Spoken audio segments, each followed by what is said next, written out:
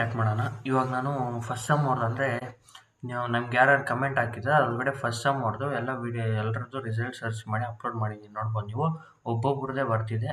ನಿಮ್ಗೆ ಯಾರ್ದು ಬೇಕೋ ಯಾರ್ಯಾರು ಫಸ್ಟ್ ಸೆಮ್ ಅವ್ರು ಕಮೆಂಟ್ ಮಾಡಿದಿರೋ ಅವ್ರದ್ದೆಲ್ಲ ಇಲ್ಲಿ ಇರುತ್ತೆ. ನೀವು ಒಂದೊಂದೇ ಅಂದರೆ ನಿಮ್ಮದು ರಿಸಲ್ಟ್ ಬಂದಾಗ ನಿಮ್ಮ ರಿಜಿಸ್ಟರ್ ನಂಬರ್ ಬಂದಾಗ ಪಾಸ್ ಮಾಡಿಕೊಂಡು ನೋಡ್ಕೋಬೋದು. ನೀವು ನಿಮ್ಮ ರಿಸಲ್ಟ್ನ ನೋಡ್ಬೋದು ಹಂಗೆ ನೀವು.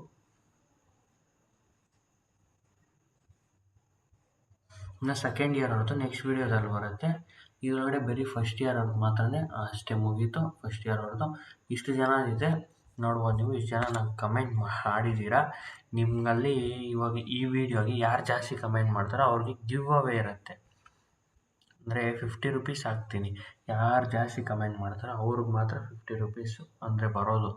ಯಾರು ಹಾಕ್ತಿರೋ ಅವರು ನಾನು ನೆಕ್ಸ್ಟ್ ವೀಡಿಯೋದಲ್ಲಿ ಅನೌನ್ಸ್ ಮಾಡ್ತೀನಿ ಯಾರು ವಿನ್ ಆಗಿದ್ದೀರಿ ಅಂತ. ಅವ್ರು ನಮಗೆ ಕಮೆಂಟ್ ಮಾಡಿದರೆ ಅಂದರೆ ಜಸ್ಟ್ ಕಮೆಂಟ್ ಮಾಡಿದರೆ ಸಾಕು, ನಾವು ನಿಮಗೆ ಅಪ್ಲೋಡ್ ಮಾಡ್ತೀವಿ. ಅಂದರೆ